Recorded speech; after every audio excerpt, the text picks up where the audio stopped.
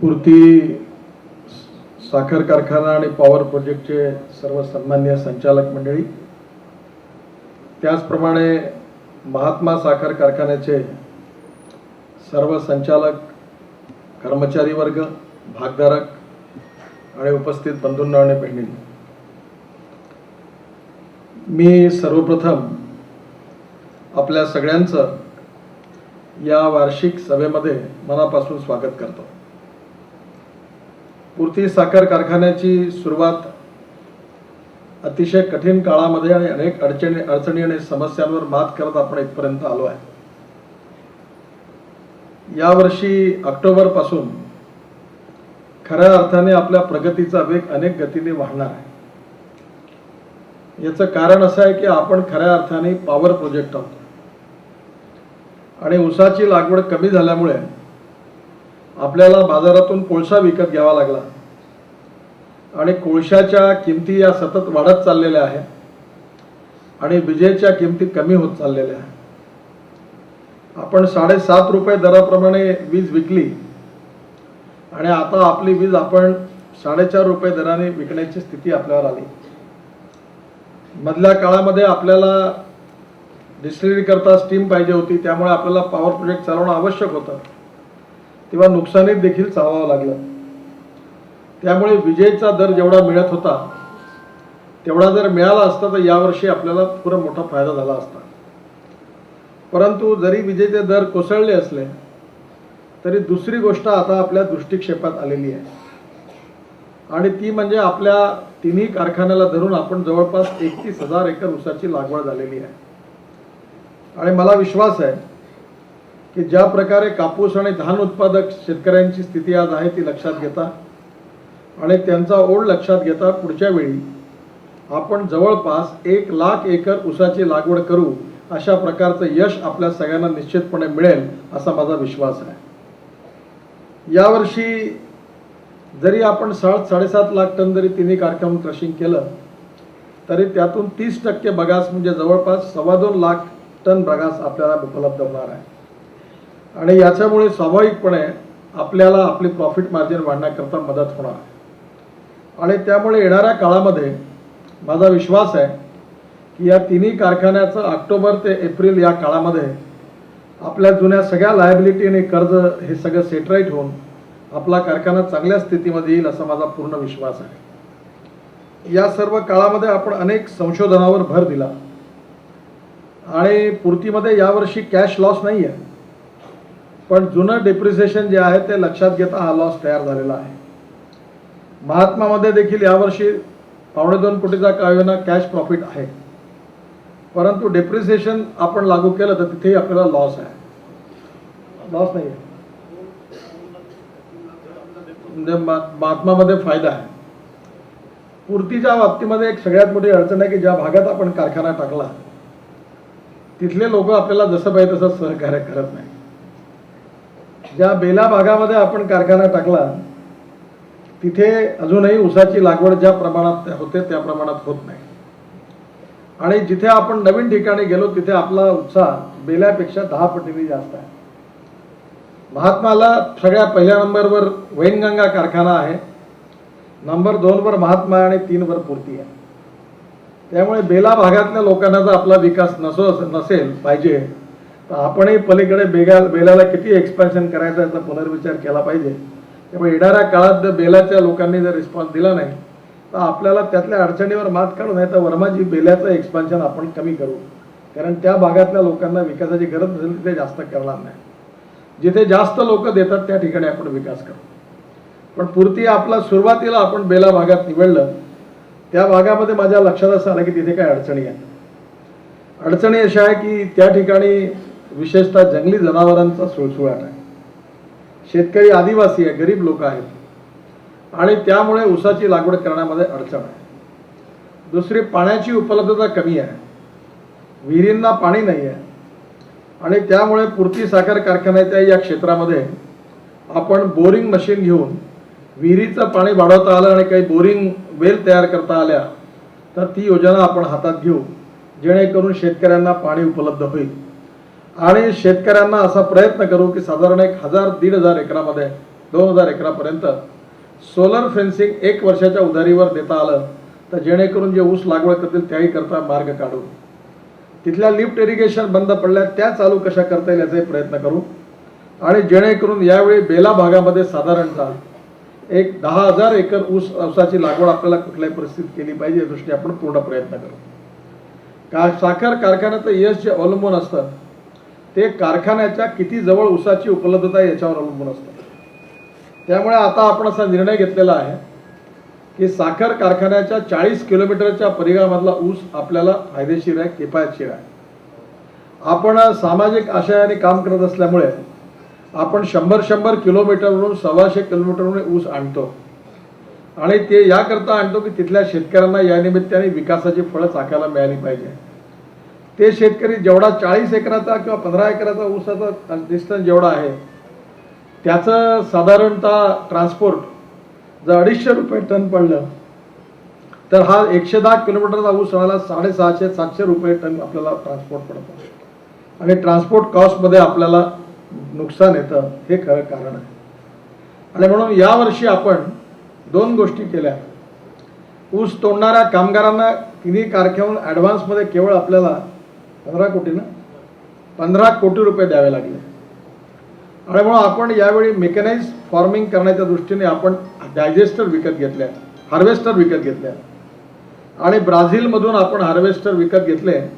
यावर्षी जवळपास 40 कोटी रुपयाची मशिनरी आपण विकत घेतलेली आहे आणि यावेळी आपलं मेकॅनाइज हार्वेस्टिंग सुरू होईल आणि त्यामुळे निश्चितपणे त्याची पण कॉस्ट जास्त पडते. पण आपण हळूहळू या दृष्टीने प्रयत्न करतो आहे की शेतकऱ्यांना ऊस वेळेवर कापला गेला पाहिजे. काल दिवे साहेबांनी मला सांगितलं की मौद्या भागामध्ये एक आंध्र प्रदेशमधले शेतकरी आहे, त्यांनी 50 एकर ऊस लावला आहे आणि त्या एकट्या व्यक्तीला 60 लाख रुपयाचा ऊस होईल अशी स्थिती आहे. बाहेरच्या भागातले लोक येऊन आपल्या भागामध्ये प्रगती आणि विकास करत आहेत, पण आपल्या भागातल्या शेतकऱ्यांच्या विकासाच्या बाबतीमध्ये त्यांच्यात अजून जागरूकता आणण्याची गरज आहे. मी या ठिकाणी स्पष्टपणे ही गोष्ट आपल्या सगळ्यांना सांगू इच्छितो की शेतकऱ्यांनी ऊस नाही लावला तर आपल्या कारखान्याला काही फरक पडत नाही. जेवढा जास्त ऊस लावतात तेवढं आपलं नुकसान वाढतं, कारण आपल्याला ऊस वाढल्यामुळे दुरून आल्यामुळे नुकसान होतं. पण आपण हा कारखाना चालवण्याच्या मागे सामाजिक उद्देश समोर ठेवल्यामुळे आपला प्रयत्न असा की या वर्षामध्ये 300 कोटी रुपयाचा कमीत कमी प्रॉफिट निर्णय मार्गाने शेतकऱ्यांच्या खिशात जाईल, तिन्ही कारखाने मिळून. आणि पुढच्या वर्षी आपल्याला 1000 कोटी रुपये या विदर्भातल्या शेतकऱ्यांच्या खिशात प्रॉफिटच्या रूपाने द्यायचे हे स्वप्न आपण उराशी बाळगलं आणि ते जर पूर्ण करायचं असेल तर या दृष्टीने शेतकऱ्यांच्या सहभागाची गरज आहे. आता लोकांचा उत्साह वाढलेला आहे आणि येणाऱ्या काळामध्ये आपल्या सगळ्या संचालकांनी आणि कर्मचाऱ्यांनी ऊस लागवडीचं हे जे क्षेत्र आहे, टार्गेट आहे, पूर्ण करण्याकरता सहकार्य करावं आणि यावर फार मोठी यशस्वी अवलंबून आहे. जर तिन्ही कारखाने जर आपण फुल फ्लेश लावले तर तिन्ही कारखान्याचा निव्वळ नफा 100 कोटी रुपयापेक्षा जास्त होऊ शकतो, कारण कोळशाच्या ऐवजी आपण बगास वापरला तर आपलं ते सेव्हिंग होईल. आज आपण 6.5-7 कोटी रुपये महिन्याचा कोळसा वापरावा लागतो, त्याच ठिकाणी आपण जर बगास वापरलं तर यातून जवळपास 3 ते 4 कोटी रुपये महिन्याची बचत होते. त्यामुळे आपण शेतकऱ्यालाही चांगली किंमत देऊ शकू आणि कारखानाही चांगल्या प्रकारे चालवू शकू. पण या विषयावर मात करण्याच्या दृष्टीने आपण आपल्या ग्रुपचं वैशिष्ट्य राहिलं की आपण नेहमी प्रयत्न करत राहिलो. त्यामुळे मी सांगितलं की नाही ऊस तर आपण पराठ्या उपडण्याचं काम करू. पण गेले 1.5 वर्ष मी मागे होतो पण याचा आपल्याला काही परिणाम साधला. मी पंजाबमध्ये गेलो आणि भारत पाकिस्तानच्या बॉर्डरवर फाजिल्का भागामध्ये मी बघितलं की त्या ठिकाणी पराठ्या उपडण्याचं तंत्रज्ञान बघितलं. त्या कंपनीच्या लोकांना मी भेटायला बोलावलं आणि मी दिवे साहेबांना आणि आपल्या सर्व लोकांनाही सगळ्यांना तिथे चंदीगडमध्ये तिकडे पाठवलं. ते पाहिल्यावर एक थक्क झाले आणि त्यातून नवीन प्रेरणा मिळाली आणि त्यातून एक नवीन विदर्भाची स्ट्रेंथ आपल्याला मिळालेली आहे. यावर्षी आपण जानेवारी महिन्यानंतर पराठ्या निघाल्यानंतर या पराठ्या उपडण्याकरता आपण आता योजना तयार केलेली आहे, ज्यामध्ये आपण आताच 55 हॉर्स पॉवरचे 100 ट्रॅक्टर विकत घेण्याचा ऑर्डर दिलेला आहे, बेलर विकत घेतलेले आहेत, त्याचबरोबर काय आपलं अप्रूटर आणि अजून कोणतं रेकर हे पण आपण न्यू हॉलंड कंपनीकडनं जवळपास 7 कोटी रुपयाची मशिनरी विकत घ्यायचं ठरवलेलं आहे. या 7 कोटी मशिनरीमुळे आपण यावेळी बेला कारखान्याच्या 25 किलोमीटरच्या क्षेत्रातल्या पराठ्या उपडणार आहोत. शेतकऱ्याचा फायदा म्हणजे एका एकराच्या पराठ्या उपडायला त्याला 600 रुपये खर्च उपडण्याचा येतो आणि आपण याला पराठ्या उपडणाराने शेत नांगरून देणार आहे. तर नांगरटीचा खर्च 2000 रुपये एकर आहे. म्हणजे 2000 अधिक 600 2600 रुपये एकर शेतकऱ्याचा मुनाफा होणार आहे. आपण शेती नांगरून देणार आहे आणि पराठे उपडणार आहे आणि या पराठ्या आपण बारीक करून त्याच्या बेल पाडून आपण पूर्तीमध्ये बायोमास म्हणून आणणार आहे. आपण आपल्या कारखान्याच्या यंत्रणेत त्या दृष्टीने सुधारणा केलेली आहे, जवळपास 3 कोटी रुपये खर्च करून. आणि त्यामुळे बगासच्या बरोबर आपण पराठ्या जर वापरल्या तर यावर्षी 50,000 टन पराठ्या उचलण्याचा आपण टार्गेट ठरवलेला आहे. या माध्यमातून 150 ट्रॅक्टर ड्रायव्हर आणि अन्य काही म्हणून 350-400 लोकांना रोजगार मिळणार आहे. पण मी हे मॉडेल मला याकरता आवडलं की मी दिवे साहेबांना आणि निखिलला सांगितलं की हे आपल्याला आता विदर्भातल्या 5 जिल्ह्यात न्यायचं आहे आणि ते जर न्यायचं असेल तर आपण अशा प्रकारचे जे बायोमासचे हब आहेत ते 1000 हब तयार करण्याचं टार्गेट पुढच्या वर्षी लक्षात ठेवू आणि यातून यावर्षी जर 600 मुलांना आपण रोजगार दिला तर या माध्यमातून 60,000 तरुण मुलांना रोजगार कसा मिळेल याचा विचार आपण केला पाहिजे. आणि अजून या याच्यातला पुढच्या वर्षी ही योजना पण आपण आखलेली आहे आणि ज्यामुळे मोठ्या प्रमाणाला बायोमास उपलब्ध होईल आणि हा बायोमास साधारण 12,000 ते 12 लाख ते 15 लाख टन जर झाला तर याच्यापासून वीज तयार करण्याकरता आपल्याला बाजारातून कोळसा घेण्याची गरजही पडणार नाही आणि त्याचबरोबर आपण वीज निर्मिती बायोमासपासून करू शकू आणि तरुण माणसांना रोजगार पण मिळणार आहे. पूर्तीमध्ये आपण जे डिस्टिलरी चालवतो त्याच्यामधून स्पेंट वॉश निघतो, त्यातून मिथेन नावाचा गॅस निघतो. हा गॅस आपण बॉयलरमध्ये जातो. आता कुकडे साहेब मला म्हणत होते की त्याच्यावर आपण वीज तयार करू. वीज तयार करता येते पण विजेत काही नफा नाही आहे. आता विजेचं क्षेत्र काही प्रॉफिटचं राहिलं नाही, जेव्हा होतं तेव्हा आपण कमावलं. त्यामुळे वीज निर्मिती करायच्याऐवजी मी त्याच्यावर बरंच संशोधन केलं, एक्सपर्ट आले आणि आता ऑर्डर आपण दिलेली जवळपास पक्क्या झाल्या आहेत. आपण या 33,000 क्युबिक मीटर मिथेनपासून 18,000 kg पर डे आपल्याला CNG मिळणार आहे. हा कॉम्प्रेस नॅचरल गॅस आहे. याच्यामुळे साधारण 1000 ट्रॅक्टर ते 1000 ट्रक आपण त्याच्यावर CNG वर चालवू शकू. त्याच्या किट्सही आपण आणतोय आणि ज्याच्यामुळे आपल्याला या ठिकाणी या गॅसमुळे 10 लाख रुपये आपला फायदा वाढणार आहे. इथे 1 लाख रुपये पॉवर करता वापरला तर कोळशाची बचत होती, तिथे 40 रुपये किलोनी हा मिथे आपण जर CNG विकला तर 10 लाख रुपये पर डे फायदा, म्हणजे 3 कोटी रुपये महिन्याचा फायदा पूर्तीचा वाढू शकतो. यातून दुसरा एक फायदा असा आहे की या गॅसच्या बरोबर 13,000 क्युबिक मीटर CO2 बाहेर निघतो. आपण नीरी ही भारतातली नव्हे तर जगातली मोठी संस्था आहे. त्या लोकांबरोबर चर्चा पूर्ण केली. आजच सकाळी ते माझ्या घरी आले पण मी कारखान्यावर निघून गेलो होतो. आपण त्यांच्याबरोबर करार करतोय आणि नीरीने असं संशोधन केलेलं आहे की हा जो CO2 आहे हा आपल्या लगूनमध्ये जे आपण केले ते टँकमध्ये पाण्यात सोडायचा आणि याच्यापासून अल्गी म्हणजे शेवाळ तयार करायचं आणि आपल्यापाशी या 13,000 क्युबिक मीटर CO2 आहे. याच्यापासून आपल्याला साधारण 24,000 लिटर डिझेल पर डे मिळणार आहे. त्यामुळे भारतातल्या पहिल्या प्रकल्पाच्या कामाची आपण सुरुवात केली आहे, त्यांच्याबरोबर करार केला आहे आणि नीरीने हे रिसर्च पण केलं आणि हा प्रकल्प यशस्वी झाला तर हिंदुस्थानमधला हा एक फार महत्त्वाकांक्षी देशाला कलाटणी देणारा प्रकल्प होणार आहे आणि याच्याही कामाला आपण सुरुवात केलेली आहे. मला विश्वास आहे की ऑक्टोबरपासून येणाऱ्या काळामध्ये पुढच्या वर्षभरामध्ये पूर्तीच्या लायबिलिटीमध्ये आपण आपल्या साखरेचे उत्पन्न आपल्याला मिळेल, बगासही होईल, मोलायसेस देखील आपल्या आता इथे वाढणार आहे. आपल्याला साधारण दरवर्षी 60,000 टन मोलायसेस लागतो आणि आपल्याकडे आता या तिन्ही कारखान्यांवर मोलायसेस जो आहे हा साधारण 28,000 ते 30,000 टन मोलायसेस तयार होतो. त्यामुळे आपण असं ठरवलं आहे की या मोलायसेसचा आता आपण आपल्या डिस्टिलरीचं डबल कॅपॅसिटी वाढवायची आणि त्यामुळे CNG देखील 18,000 kg चा 36,000 kg होईल आणि CO2 जर आपण यशस्वी झालो तर डिझेल देखील मोठ्या प्रमाणात तयार होईल. त्यामुळे साखर कारखान्याला 20 प्रकल्पापेक्षा जास्त प्रॉफिट हा CNG आणि बायोडिझेल तयार करण्यामध्ये होणार आहे. तो प्रॉफिट बराच मोठा आहे. त्यामुळे आपण त्यातून त्याचा नक्की प्रयत्न करू. या व्यतिरिक्त याच्यामध्ये आपल्याला अजून एक चांगलं अमेरिकन परवा तंत्रज्ञ आपल्याकडे नागपूरला आले होते आणि त्यांच्याशी आपण करार केलेला आहे. त्यांनी नवीन गोष्ट सांगितली की आपल्या डायजेस्टरमध्ये अजून नवीन एक डायजेस्टर तयार करून आपल्या इथे जे प्रेसवड बाहेर निघतात त्याच्यामध्ये मिथेन आहे आणि म्हणून हा प्रेसमेट तिन्ही कारखान्याचा एका ठिकाणी आणून त्याच्यापासून जर मिथेन काढला तर 18-36 आणि 20,000 60,000 CNG आपण पर केजी जर तयार केला तर 40 रुपये किलोच्या भावाने धरला तर 24 लाख रुपयाचा CNG तयार होतो आणि या 1 किलो CNG बरोबर 1.4 लिटर ऑफ डिझेल. म्हणजे आपण एका ट्रॅक्टरला जर 1 किलो CNG दिला आणि 1 किलो डिझेल दिलं तर हे जर 1 किलोमीटर चालेल तर 1.4 किलोमीटर CNG वर चालणार आहे आणि 40 रुपये किलो CNG आहे आणि 46 रुपये किलो डिझेल आहे, 46 रुपये लिटर आहे. तर एका शेतकऱ्याचा कमीत कमी 1 लाख रुपये वर्षाचा फायदा होऊ शकतो, कारण CNG वापरल्यामुळे आणि डिझेलच्या पैशात त्याची बचत होईल, म्हणून शेतकऱ्याचाही फायदा त्यामध्ये होणार आहे. आपल्या या कारखान्याच्या मार्फत हा प्रकल्पाची सुरुवात आपण येत्या महिन्याभरात सुरू करू. डिस्टिलरीचे आता जे तणस आहे, पराठे आहे, याचे पॅलेट वडा तयार होतात आणि त्याची कॅलरिक व्हॅल्यू 4,000 पर्यंत जाते.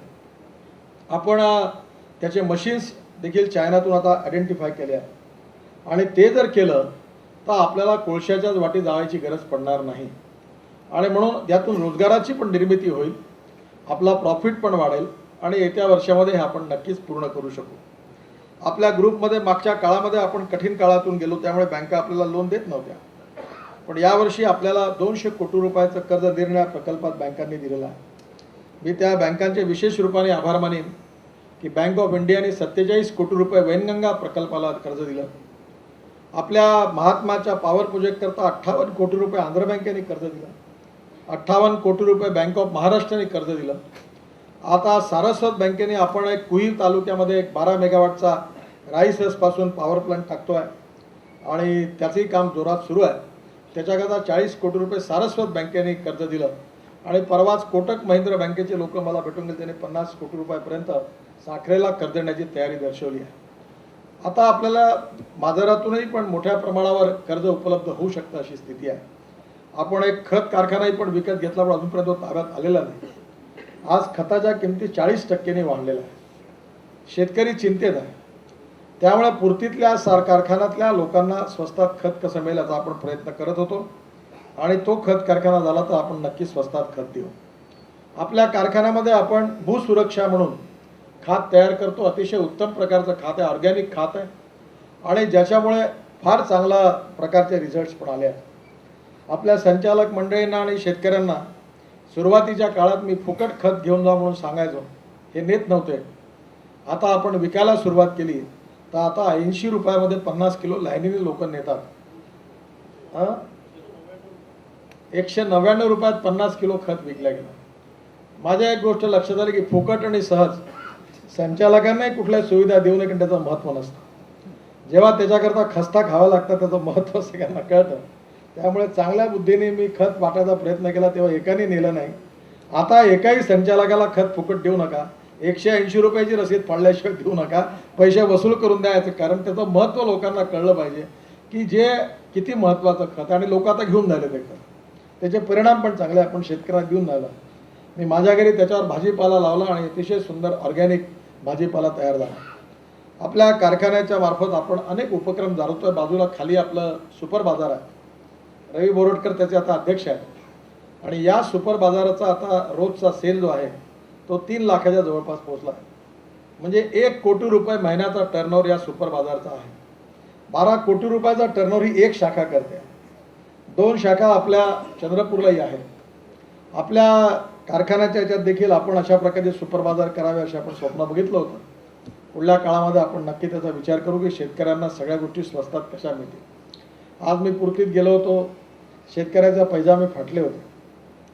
मला वाईट वाटलं, म्हटलं होलसेलमध्ये स्वस्तात स्वस्त पैशात कमीत कमी धोतर, पैजामा आणि शर्टचं कापड आपण जर शेतकऱ्यांना देऊ शकलो तर कमीत कमी आपल्या भागातला शेतकरी चांगल्या प्रकारे राहू शकतो. त्यांना साड्या आणि पातळ स्वस्तात दिले तर कमीत कमी राहू शकतो. कारण शेतकरी आत्महत्या करून राहिला, त्याची परिस्थिती चांगली नाही आहे.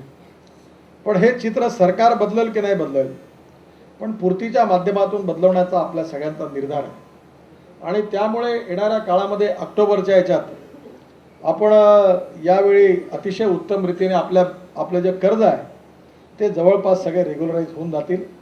जे काही कर्ज आहे ते गद्रे साहेब इथे आहेत, त्यांच्या कंपनीने आपल्याला बरीच मदत केली, त्यांचंही कर्ज यावर्षी रेग्युलराईज होऊन जाईल आणि जेणेकरून आपलं कर्ज रेग्युलराईज झाल्यानंतर मी ठरवलं आहे की आपण पुन्हा 5 नवीन साखर कारखाने सुरू करायचे, जेणेकरून त्याकरताही पण आपण एक फॉर्म्युला आणला. तुम्हाला लोकांना वाटतं की हे एवढे करोडाच्या गुत्ते पैसे कुठून येतात.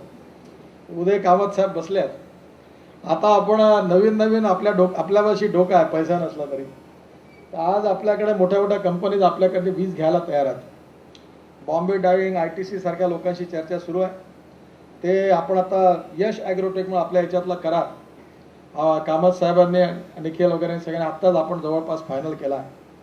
त्या कराराप्रमाणे ते 20% इक्विटी ते घेणार आणि त्या इक्विटी 20% त्यांनी घेतली तर 10% आपल्याला टाकायची आहे. मनीष मेहतांनी तर आम्हाला मार्ग शिकवला की 10चे नाही 5% इक्विटीवर 30% उभी केली होती आपण. आता तर 20% इक्विटी बॉम्बे डाईंग किंवा इतर सारख्या कंपनी देतील आणि 10% आपण सहज उभ्या करू तर 30% इक्विटी झाली तर बँका लोन द्यायला तयार आहे. त्यामुळे 10 कारखाने 2,000 कोटीचे उभे करण्याला आता काही अडचण नाही आहे. आणि त्यामुळे आपल्या विदर्भाच्या ज्या ठिकाणी शेतकरी आत्महत्या करतात तिथला शेतकऱ्याचं जीवन सुसह्य झालं तर ते होऊ शकतं. आपण सांगतो लोकांचा विश्वास नव्हता बसला. आज इथे मेंगर बसले आहेत. मी यांचा नेहमी उल्लेख करतो की एका एकरमध्ये 265 जातीचा ऊस लावला तर साधारण 125 टन झालं ना. किती झालं उत्पन्न? बेण्याला गेलं. पण वजनाने काढलं तर 125 टनाचं उत्पन्न झालं. 1500 रुपयाचा भाव आहे. तर 1500 रुपयाचा भाव केला तर जवळपास 125 टनामध्ये 1,80,000 रुपये एकरी उत्पन्न जवळपास पोहोचतं. 25 ते 30,000 खर्च गेला तर 1.5 लाख रुपये एकरी फायदा कुठल्या शेतकऱ्याला मिळतो. आज 2805 आणि 9805 ही जात आपण आता याच्यात साखरेचा उतारही जास्त आहे, 265 मध्ये कमी आहे.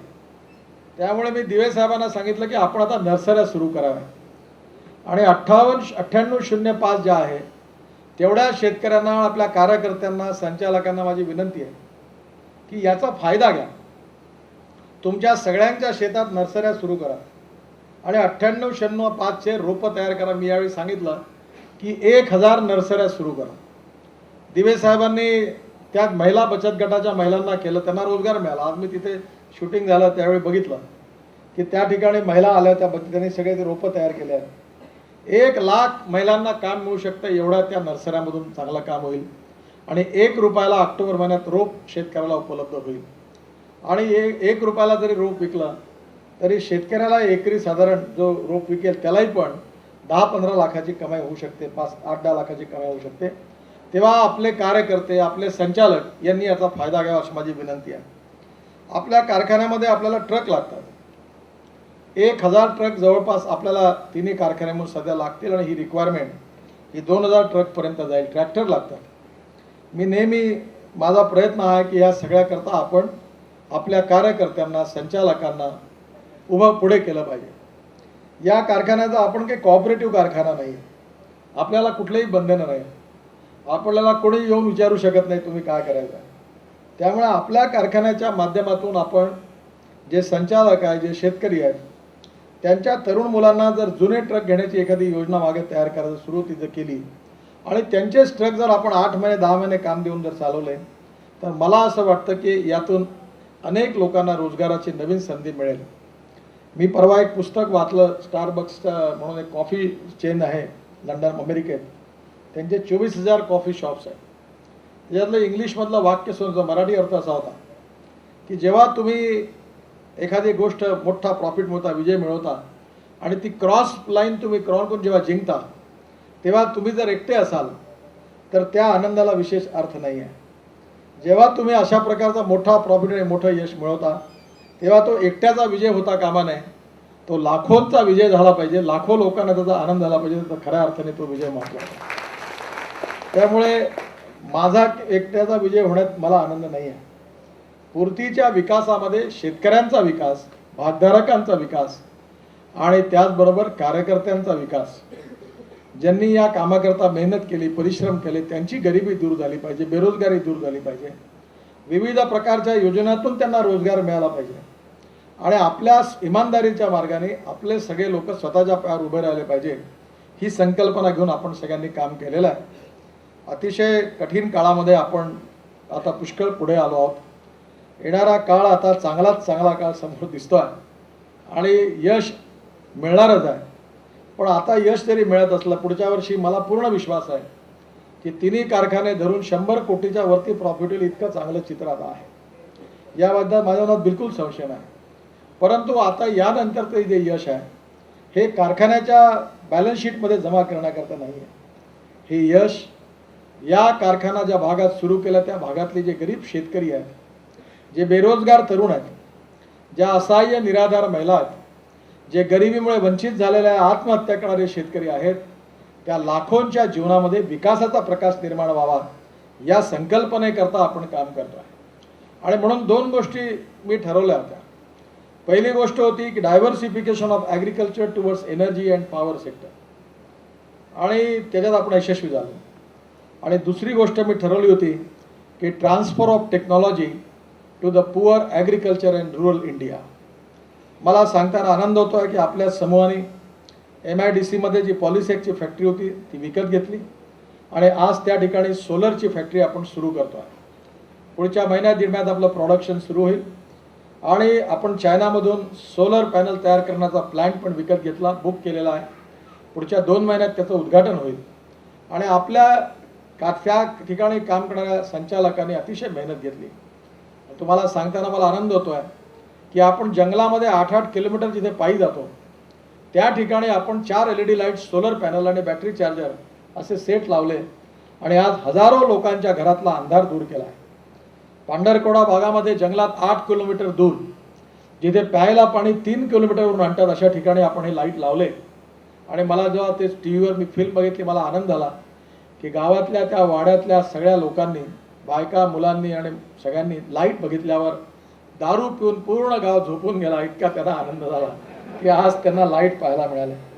आणि अशा हजारो घरात आपण लाईट लावले. आज आपल्याला मला सांगताना आनंद होतो, आपला ॲग्रिकल्चर एक्झिबिशनमध्ये आपण पंप लावला होता. आता 25-25 हॉर्स पॉवरचे आपण 25-25 पंप, 1, 1.5 आणि 2 हॉर्स पॉवरचे सबमर्सिबल आणि मोनोब्लॉक आपण सोलर एनर्जीवर चालणारे तयार केले आहेत. सोलर पॅनल आपण तयार करतो आहे आणि आपल्या मार्फत आता शेतकऱ्यांना हा पंप आपण देणार आहे. मी तुम्हाला या ठिकाणी सांगतो की याची किंमत 2,80,000 रुपये आहे. परंतु विदर्भातल्या शेतकऱ्याचा फायदा व्हावा या दृष्टीने 1 हॉर्स पॉवरचा पंप घेणाऱ्या शेतकऱ्याला 1 लाख रुपयाचं, केवळ विदर्भातल्या शेतकऱ्याला 1 लाख रुपयाचं अनुदान पूर्तीतर्फे निशुल्क अनुदान ते पंप विकत घेणाऱ्याला द्यायचं आम्ही ठरवलेलं आहे. की MSCB वीज देत नाही, अनेक वेळा लोड शेडिंग आहे, तेव्हा 1 हॉर्स पॉवरचा हा पंप 3 हॉर्स पॉवरच्या स्पीडने चालतो कारण ही DC मोटर आहे.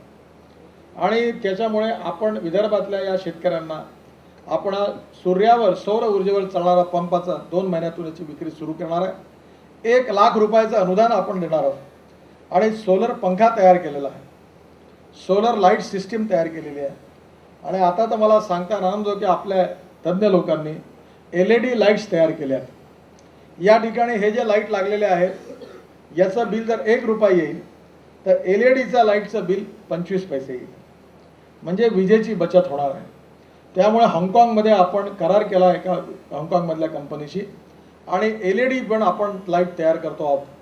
आणि 2 महिन्यामध्ये हे LED लाईट महिला बचत गटांना याची एजन्सी देण्याचा माझा विचार आहे. आणि त्यांनी विकायचे, दुकानात विकायचे नाही, जेणेकरून त्यांना यातून रोजगार मिळेल. त्यामुळे LED लाईट, पंखा, सौर ऊर्जेवर चालणाऱ्या अनेक गोष्टी आता 2 महिन्यात आपल्या मार्केटमध्ये येणार आहेत.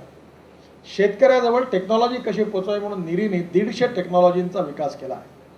मी आपल्या लोकांना सांगितलं या सगळ्या टेक्नॉलॉजी गावात कशा पोहोचतील.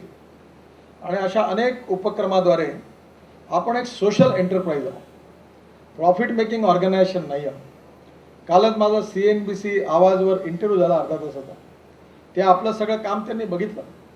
मला तुम्हाला सांगताना आनंद होतो आहे की आपण 2.5 कोटी रुपये खर्च केले आणि तामसवाडाला एक पाण्याचा बंधारा तयार केला. त्यातले काही पैसे आमदार खासदार निधून दिले, 50 लाख रुपये आपण महात्मा आणि पूर्तीतून दिले आणि 2.5 कोटीचा बंधारा तयार केलेला आहे. अजून तो 6 किलोमीटरपर्यंत न्यायचा आहे. आणि त्यामुळे 12 गावांना प्यायला पाणी मिळणार आहे आणि 1500 एकर जमीन पाण्याखाली येणार आहे. मी तामसवाडा भागात गेलो, तिथल्या शेतकऱ्यांच्या अंगावर देखील, शरीरावर कपडा नव्हता. ही 1500 एकर जमीन पडीत राहत होती. पण आता यावर्षी तो बंधारा पूर्ण भरलेला आहे आणि म्हणून जलसंवर्धनाच्या क्षेत्रात देखील आपण आता काम करायला सुरुवात केली आहे. पूर्ती समृद्धी सिंचन योजना म्हणून त्यात दत्ता जामदार, माधव कोटस्थाने अनेक मंडळी काम करत आहेत आणि त्या सगळ्याच्या मार्फत नागपूर, वर्धा, भंडारा, गोंदिया या जिल्ह्यातल्या पाण्याचं आपल्याला लेवल कशी वाढवता येईल याचाही आपण विचार करतो आहे. सर्वांगीण विकासाकरता सामाजिक दायित्वाच्या भावनेतून काम करणारा पूर्ती ग्रुप हे आपल्या ग्रुपचं वैशिष्ट्य आहे. केवळ नफा कमवणं आपला उद्देश नाही, तर शेतकऱ्याचं कल्याण करणं आणि शेतकऱ्यांच्याबरोबर आपले कर्मचारी आणि सगळ्यांचं कल्याण करणं. यावर्षी आपण ही स्कॉलरशिप सुरू केली आहे. आपण डिव्हिडंड जरी देऊ शकलो नाही तरी त्याच्या किमतीची साखर आपण सगळ्यांना देतो आहे. मला असं वाटतं की पुढच्या वर्षी आपण डिव्हिडंड देण्याच्या स्थितीमध्ये येऊ. आपल्या सगळ्यांचे आशीर्वाद, शुभेच्छा मागे. मला माहिती नाही की सरकारच्या मार्फत किती बदल होईल, कारण मला त्याचा विश्वास नाही. पण पूर्तीचा काम जर असंच सुरू झालं तर विदर्भाच्या शेतकऱ्यांच्या आत्महत्या आपण थांबवू शकू, एवढा मोठा बदल आपण विदर्भात करून दाखवू शकू असा माझा विश्वास आहे. आणि हे केवळ शक्य तेव्हाच होणार आहे की या कार्याला मदत करणारे आपल्यासारखे भागधारक, शेतकरी त्यांचं सहकार्य मिळेल तेव्हाच आपण हे करणार आहोत. ही कोणा एका व्यक्तीची प्रॉपर्टी नाही आहे, ही आपल्या सगळ्यांची प्रॉपर्टी आहे. सामाजिक उद्देशाने स्थापन झालेली संस्था आहे. अतिशय कठीण काळामध्ये अण्णाजी, मी, मनीष मेहता आम्ही सुरुवातीला काळ केला. फार अडचणी, समस्यांवर मात करत आम्ही पुढे आलो. आज परिस्थिती बदलली, परंतु जुन्या काळात ज्यांनी आपल्याला सहकार्य केलं, जुन्या काळामध्ये ज्यांनी मदत केली, जुन्या काळामध्ये ज्यांनी आपल्याला सहकार्य, त्यांचं ऋण आपण कधी विसरू शकत नाही. मी या ठिकाणी जाहीर करतो की आपल्या जुन्या काळातले जेवढे संचालक असतील, ज्यांना कधी पण मेडिकलची कुठल्याही प्रकारची ट्रीटमेंट लागली आणि किती लाखो रुपये खर्च आला, तर यानंतर पूर्तीच्या माध्यमातून त्या सगळ्यांचा खर्च आपण पूर्ती कारखान्याकडनं करू याचं वचन मी आपल्या सगळ्यांना देतो निःशुल्क. आणि भागधारकांना मी सांगू इच्छितो की यानंतर कुठलाही शेतकरी गंभीर आजाराने झाला तर मी काल पूर्तीमध्ये गेलो, आपण कर्मचाऱ्यांचा इन्शुरन्स काढलेला आहे. पण मी आपल्या सगळ्या संचालकांना विनंती करेन की जे शेतकरी आपल्याकडे ऊस विकतात त्यांचा मेडिकल इन्शुरन्स काढायचाही आपल्याला काही करता आला तर कमीत कमी 25,000 रुपयापर्यंतचा त्यांचा इन्शुरन्स काढता आला तर या शेतकऱ्यांच्या वैद्यकीय सुविधा देखील पूर्तीकडनं निःशुल्क दिल्या जातील. चांगल्या हॉस्पिटल त्यांना सेवा मिळेल याचाही आपण प्रयत्न करू. आणि त्या आपले जे शेतमजूर काम करतात त्यांचाही पण इन्शुरन्स काढू. कोणालाही कुठे कुठल्याही प्रकारची गरज पडली, आजारी पडला, हार्टचा अटॅक आला तर त्याच्या मागे पूर्ती उभी राहील. कारण हा एक परिवार आहे आणि परिवार म्हणून आपण सगळ्यांचा विचार केला पाहिजे, हीच भावना आहे. हळूहळू आपल्याला जेवढा प्रॉफिट वाढेल तेवढं जनकल्याणकारी योजना आपण जास्त प्रमाणात वाढवू आणि जास्तीत जास्त प्रमाणात गरीब माणसाची सेवा करण्याचा प्रयत्न करू. मी नेहमी म्हणतो की मनसा सततम स्मरणीयम, वचसा सततम वदनीयम, लोकहितम मम करणीयम. आपण लोकांचं भलं करणं हेच आपलं ब्रीद आहे. येणाऱ्या काळात तेच आपलं खरं यश आहे. बॅलन्स शीटवर किती प्रॉफिट मिळाला हा महत्त्वाचा प्रश्न नाही आहे. आता मला मोह होतो आहे की आपण याचा ग्रुपमध्ये कन्वर्ट करावं आणि कॅपिटल मार्केटमध्ये आपला शेअर विकून इतर लोकांनी जसे आपले 10-20 हजार कोटी उभे केले तसे शेअर उभे करावे. पण नेहमी माझा विचार आल्यावर मी म्हणतो की आपण हे करणं बरोबर नाही. कारण आपल्याला श्रीमंत होणं हा पूर्तीच्या मागचा उद्देश नाही आहे. तर पूर्तीच्या मागचा उद्देश आहे की गरीब माणसाचे अश्रू पुसणं, शेतकऱ्याला समृद्ध संपन्न करणं, गावाचा विकास करणं आणि ग्रामीण भागातल्या बेरोजगारांना रोजगार उपलब्ध करून देणं. आज आपण हजारो तरुणांना रोजगार उपलब्ध करून दिला. लोक फार जातीयवाद करतात, तेली आहे का, माळी आहे का, कुणबी आहे याचा प्रचार करतात. आमच्या कोणाही नातेवाईकांना पूर्तीत नोकऱ्या लागल्या नाही आणि कोणाला देण्याचा प्रयत्नही केला. अनेक वेळा माझ्यावर लोक नाराज झाले की गावातल्या विरोधी पक्षातल्या लोकांच्या मुलांना काम का दिलं. मी नेहमी सांगतो की जो गरजू आहे तो कुठल्याही पक्षाचा त्याला मदत करा. त्याला मदत करायचं कारण आपण राजकारणाला समाजकारण समजलं पाहिजे आणि समाजकारणाला राष्ट्रकारण समजलं पाहिजे. आणि म्हणून याच भावनेने तुमच्या सगळ्यांच्या सहकार्याने आपली उत्तरोत्तर प्रगती होते. येणारा काळ आता एकदम चांगलाच आहे. हे आपल्या अडचणीच्या काळातलं शेवटचं वर्ष आहे. पुढच्या वर्षी 1 लाख एकर ऊसाची लागवड झाली तर पुन्हा साखर कारखाने नवीन उघडावे लागतील. त्याच्या आता जागेचा शोध आतापासून आपण सुरू केलेला आहे. बँकांनी आता आपल्याला कर्ज उपलब्ध करून द्यायला सुरुवात केलेली आहे. तेव्हा येणाऱ्या काळात आपण अजून शक्तिशाली होऊ, गरीब माणसाची सेवा करू, शेतकऱ्यांना कर्जमुक्त करू, त्यांच्या आत्महत्येपासून परावृत्त करू आणि आपल्या गावातल्या तरुण मुलाला, शेतकऱ्याच्या, शेतमजुराच्या, तो कुठलाही जात, पंथ, धर्म, भाषेचा बोलणारा असो त्याला रोजगार उपलब्ध करून जीवनात सन्मानाने वैधानिक मार्गाने जीवन जगता येईल तो मार्ग दाखवण्याचा आपण प्रयत्न करू. मला विश्वास आहे की येणाऱ्या काळामध्ये आपण सगळ्यांचं सहकार्य असंच मिळत राहील. ही जी 60,000 तरुणांना रोजगार देण्याची योजना आहे, ही योजना पुढल्या वर्षात राबवण्याचा माझा निर्धार आहे. 1000 ट्रॅक्टर आपल्याला खरेदी करावे लागणार आहे. आपण ते खरेदी करून आणि या खेड्यातल्या सर्व तरुण मुलांना या रोजगारात उपलब्ध करून त्यांना चांगल्या मार्गावर नेण्याचा प्रयत्न करू. मी पुन्हा एकदा आपण सगळ्यांनी उत्तम सहकार्य केलेलं आहे. दिवे साहेबांनी अतिशय मेहनत घेतली, परिश्रम घेतले. अडचणीच्या काळामध्ये त्यांच्या परिश्रमामुळे अनेक गोष्टी चांगल्या आज आपल्याला झालेल्या आहेत. आता गरज आहे नवीन नवीन माणसं तयार करण्याची. मी त्यांना नेहमी म्हणतो की आता तुम्ही एकटे किती सांभाळणार, पहिलेच तुमच्या डोक्यावरचे केस उडून गेले. आता चांगले तरुण मंडळी CEO म्हणून तयार केले पाहिजे. आणि त्यामुळे आता हळूहळू 30-40 तरुण चांगले CEO तयार करून आपल्याला प्रोफेशनल अप्रोचमध्ये काम केलं पाहिजे. आपले गद्रे साहेब अडचणीच्या काळात त्यांच्या कंपनीने आपल्याला मदत केली आणि कुकडे साहेबांचं मार्गदर्शन नेहमी मिळत राहिलं. बाकी सगळ्या संचालक मंडळाचं सहकार्य मिळालं. काही संचालक मंडळी खाली बसले आहेत, काही वरती आहेत.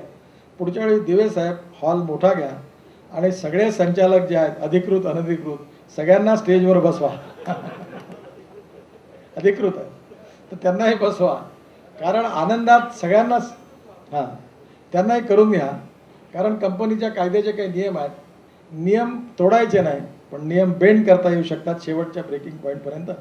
त्यामुळे सगळ्यांना बोलवा आणि आता संचालकाचे काही भलं करा, शेअर होल्डरचंही भलं करा. संचालकही आपल्या अतिशय गरिबीच्या हालतीत आहेत, त्यांनाही पण नवीन नवीन उत्पन्नाची साधनं मिळवून देण्याचा प्रयत्न आपण केला पाहिजे. मी पुन्हा एकदा संचालक मंडळींचं, कर्मचाऱ्यांचं, आपल्या सगळ्यांचं मनापासून आभार मानतो, धन्यवाद देतो. आणि मी आता अधिकृतपणे सगळे अध्यक्षपदं जवळपास सोडली आहे. कारण काही झालं की टी व्हीवर बातमी येते ब्रेकिंग न्यूजमध्ये, आपला संबंध नसताना आपलं नाव येतं. आणि म्हणून मी आता याच्यातला फक्त संस्थापक अध्यक्ष म्हणून आहे, त्यामुळे रेकॉर्डवर आता मी अध्यक्ष नाही. हळूहळू ही जबाबदारी नवीन लोकांना सांभाळायची आहे. कदाचित मी पूर्तीच्या कामाकरता जितक्या वेळ पाहिजे तेवढा उपलब्धही होऊ शकणार नाही, पण जी व्हिजन उराशी बाळगून काम करायचं ठरवलेलं आहे, आपल्या सगळ्यांच्या हिमतीवर आपण ती नक्की पुढे जाऊ. आता पूर्तीला माझ्या धक्क्याची गरज नाही आहे. जी कार्यकर्ती संचालक आहेत, जे नेतृत्व आहे ते माझ्यापेक्षा सक्षम आहे. मी कधी कधी गमतीने म्हणतो की निखिलला माझ्यापेक्षा जास्त समजायला लागलं, कारण मला जेवढं समजत नाही त्याच्यावर जास्त तो मला सांगतो की असं आहे. ही चांगली गोष्ट आहे. आणि याच वेळी मला असं वाटतं की सिनियर माणसांनी बाजूला व्हावं आणि नवीन लोकांना संधी दिली पाहिजे. त्यामुळे येणाऱ्या काळात जे नवीन नवीन संचालक आहेत त्यांना कर्तृत्वाला वाव देऊन त्यांना पुढे केलं पाहिजे. आणि हीच प्रक्रिया पुढे आपण नेत राहू. ही सामाजिक दायित्वाचा बोट ठेवून चालणारा आपला उपक्रम हा देशाच्या इतिहासात पहिल्या नंबरचा उपक्रम झाला पाहिजे आणि लाखो करोडो लोकांना दिलासा देणारा झाला पाहिजे. ही खरं त्याचं यश आहे. बॅलन्स शीटवरचा प्रॉफिट हे काही आपलं यश नाही आहे, पण आपल्या सगळ्यांच्या सहकार्याने हे यश देखील आपण मिळवू आणि बॅलन्स शीट देखील चांगली प्रॉफिटमध्ये राहील आणि उत्तम यश मिळवू असा विश्वास व्यक्त करतो. आणि आपल्या सगळ्या भागधारकांच्या सहकार्याबद्दल त्यांचे मनापासून आभार मानतो, त्यांना धन्यवाद देतो आणि माझं बोलणं संपवतो. धन्यवाद.